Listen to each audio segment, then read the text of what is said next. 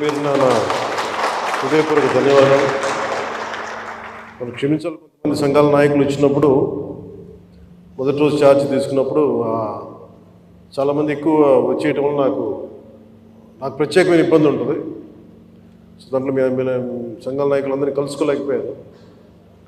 దానికి క్షమించాలి. అందుకని వెంటనే నా దృష్టికి రాగానే వెంటనే మీకు ఫోన్ చేసి మీతోనే మాట్లాడినట్టున్నాను. అంటే నా ఉద్దేశం ఏంటంటే నిర్లక్ష్యం చేసే వ్యక్తిని కాదని చెప్పడానికి,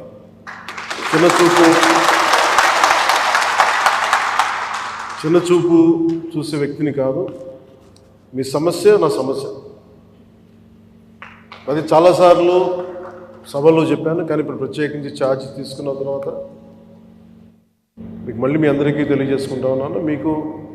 మిమ్మల్ని అర్థం చేసుకునే వ్యక్తిని, మీ సమస్యల్ని పరిష్కరించడం, ఎంత త్వరగా పరిష్కరించడం అనేది నా ఒక్కడి చేతిలో లేదు. కానీ మీ సమస్యల్ని వినగలిగే శక్తి ఉన్నవాడు. ముందు సమస్యని వింటే పరిష్కారం దొరుకుతుంది. వినటానికి అలసట అందరికీ. సో నేను మీకు ప్రత్యేకించి తెలియజేసుకునేది నేను వినే వ్యక్తిని. ఇందాక మీ సహచరులు ఎవరు వచ్చి ఇక్కడికి ఇచ్చారు, సహచరాలు, అది ఖచ్చితంగా యుద్ధ ప్రాతిపాదికన మీరు ఆ సమస్యను పరిష్కరిస్తాను మీరు వచ్చి ఇచ్చారు. ఇలాంటివి చేయడానికంటే మీరు ఇందాక ముందు సంఘాల పెద్దలు కూడా మాట్లాడుతూ చాలామంది గతంలో కూడా మీరు సమ్మెలు గత ప్రభుత్వం మీద మా కోపం ఉంది, మీకు ఈ ప్రభుత్వం మీద మీరు మాట్లాడుతూ ఉన్నారు. ఒక్కటి ఏంటంటే ఇది అందరం కలిసి పనిచేయాలి, మినిస్ట్రీ కానీ ఉద్యోగులు కానీ. గతంలో ఎవరు ఎలా చేశారో నాకు తెలీదు. మీరందరూ వింటా ఉంటే నేను సమస్యలు వింటా ఉన్నా. కాకపోతే ఇది చాలా పురాతనమైన, చాలా బలమైన వ్యవస్థ, చాలా పాత వ్యవస్థ. ఇది ప్రతిసారి ఈ వ్యవస్థకి ఒక తుప్పు పట్టినట్టు పట్టేస్తాం. దీన్ని బలోపేతం చేయాల్సిన అవసరం ఉంది. దీనిని సమస్యలు ఏమైతే ఉన్నాయో మీ అందరికీ ప్రతి సంఘం తరఫున ఇది ప్రత్యేకించి ఒక ఓవరాల్గా మేము ఇలా చేయదలుచుకున్నాం, మా సమస్యలు ఇవి, లేదంటే మేము ఇలా నిలబడతాం, కొంచెం ఇవన్నీ చెప్తా ఉన్నారు. నేను మీకు ఈరోజు మాటిస్తున్నాను, పంచాయతీ పనులతో పాటు మీ సమస్యలను కూడా నేను వినే వ్యక్తిని. నేను ప్రత్యేకించి ఏ సంఘాలకు సంబంధించి ఆ సంఘానికి ప్రత్యేకించి ఒక టైంని అలాట్ చేసి మరి. కాకపోతే నాకున్న సమస్య ఏంటంటే అందరూ కొంచెం ప్రిపేర్ అయ్యారండి బాగా. అంటే నేను చాలా శాఖలు ఉన్నాయి, మిగతా పనులు కూడా చూసుకోవాలి. కాబట్టి మీరు బాగా ప్రిపేర్ అయ్యి వచ్చి ఒక పరిష్కార మార్గం కూడా తీసుకెళ్ళండి. దాదాపు ఇలా ఆలోచించవచ్చు, ఇలా చేయొచ్చు. ఇందాక మీరు మాట్లాడుతూ అన్నారు, గత ప్రభుత్వం అంటే అంతకుముందు 2014 వచ్చినప్పుడు మా మీద కొంచెం కెనుకుందన్నట్టుగా మీరు అన్నారు ఇందాక.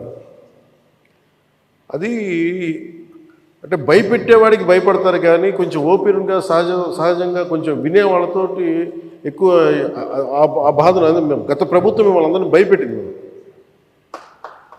దాన్ని అర్థం చేసుకోగలం. కానీ మేము మీకు భుజం కాసే వ్యక్తులు మేము. ఇది ఒక వ్యవస్థని తిరిగి బలోపేతం చేయాలంటే చాలా చాలా కష్టసాధ్యమైంది.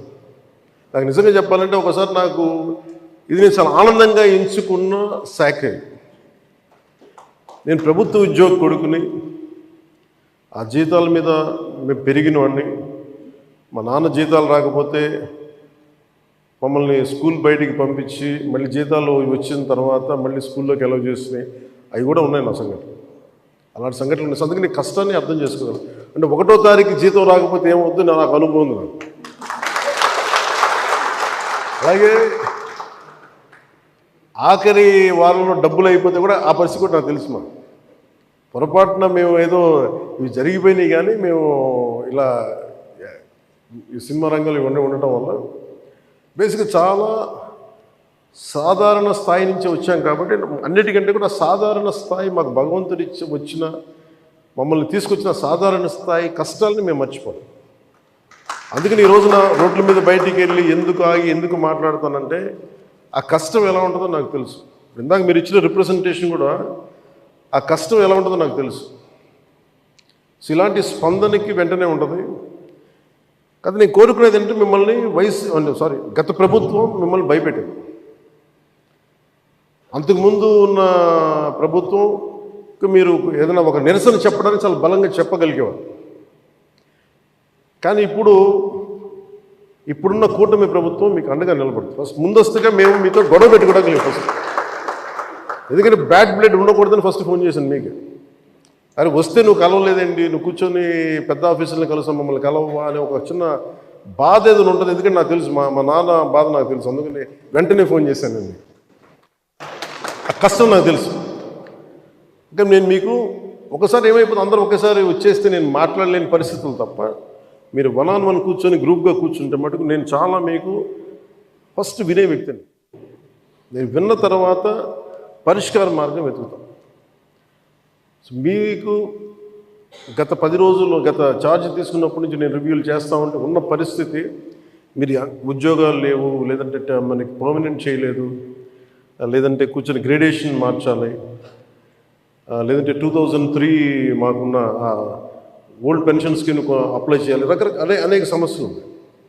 వీటన్నిటినీ చాలా క్షుణ్ణంగా మీ దగ్గరతో వింటాను. కాబట్టి వీటన్నిటికీ మించి మూలం ఆర్థిక మూలం. రాష్ట్ర విభజన జరిగినప్పటి నుంచి ఈరోజు దాకా ఆంధ్రప్రదేశ్ ఇంకా ఉణుకుతూనే ఉంది, ఆర్థికంగా నిలదొక్కుకోలేదు. మేము కూడా ఓటు చీలకూడదు, అందరికి కలిసి రావాలి. ఎందుకన్నామంటే అసలు ఆంధ్రప్రదేశ్కి ఒక బలమైన రాజకీయ వ్యవస్థ ఉంటేనే కింద ఉన్న మనకి పనిచేస్తున్న ఉద్యోగులందరికీ కూడా ఒక భద్రత ఉంది. ఇందాక మాట్లాడుతూ ఉంటే కూడా ఐఏఎస్ అధికారులతో వాళ్ళకి కూడా డిఏలు ఇవ్వలేని పరిస్థితి ప్రభుత్వం. ఒక 90,000 రూపాయలు వాళ్ళకి రావాల్సింది 4% ఇంక్రీజ్ వచ్చింది. మాకు అన్ని బకాయిలు తీసుకుంటారు, 90,000 ఇవ్వాలి, వదిలేశారు. ఇంక రావని చెప్పి వదిలేసాను ఐఏఎస్ అధికారులు చెప్తా ఉన్నాను. అంటే ప్రైవేట్ వీళ్ళందరూ ప్రాఫిట్ పొందుతూ ఉన్నారు, డబ్బు ఉంది. కానీ డబ్బుని వ్యక్తులు సొంతం చేసుకున్నారు. రాజకీయాల్లో కూర్చొని గత ప్రభుత్వం స్థాయి దాన్ని పెంచేసింది. అది మేము కరెక్ట్ చెయ్యాలి. అందుకని మేము చాలా నిబద్ధతతోటి నిక్కచ్చిగా ఉండే వ్యక్తులు మేము కట్టుబడి ఉన్నాం. సో మీకు మేము